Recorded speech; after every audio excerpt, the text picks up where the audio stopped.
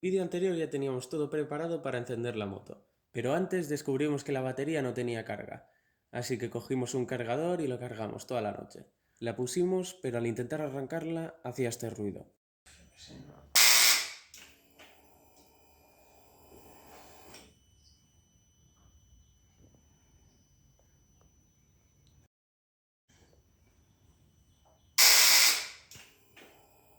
Definitivamente la batería estaba muerta, así que compramos una nueva.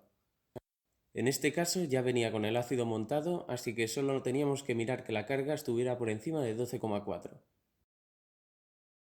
Comprobado esto, ya se podía montar, conectando primero el positivo y luego el negativo.